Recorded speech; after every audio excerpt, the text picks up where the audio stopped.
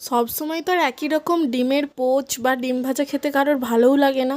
মাঝে মাঝে ইচ্ছা হয় একটু লঙ্কা পেঁয়াজ দিয়ে ঝাল ঝাল ঝুরি ভাজার মতো ডিম ভেজে খাই। আর যদি এর সাথে দুটো সরু সরু আলু কেটে একসঙ্গে ভেজে ফেলি তো চাঁটটাও বাড়বে, রুটি পরোটা ভাত মুড়ি সবের সাথে খেতেও ভালো লাগবে। বাড়িতে যখন মুড়ি খাওয়ার ইচ্ছে হয় আর কোনো কিছুই বানাতে ইচ্ছে করে না, তো তখন এইরকমভাবে পেঁয়াজ লঙ্কা ঝিরিঝিরি কেটে দুটো ডিম ফাটিয়ে দিয়ে এর সাথে একটু লঙ্কা তেল মাখিয়ে নিলেই সব মুড়ি এক নিমিষেই শেষ।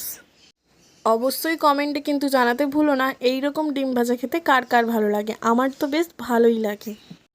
আর হ্যাঁ, তোমরা চাইলে কিন্তু এতে সবজিও অ্যাড করতে পারো, যেমন ধরো গাজর গ্রেট করে দিতে পারো, দু চারটে আলু সরু সরু কেটে দিতে পারো, ক্যাপসিকামও দিতে পারো, তবে আমি এতে একটু ক্যাপসিকামও কিন্তু দিয়েছি। এতে আর কোনো কিছুই দিতে লাগবে না, পরিমাণ মতো লবণ দিয়ে দিলেই একদম কিন্তু ডিম ভাজা রেডি। আজকের মতো এই পর্যন্তই।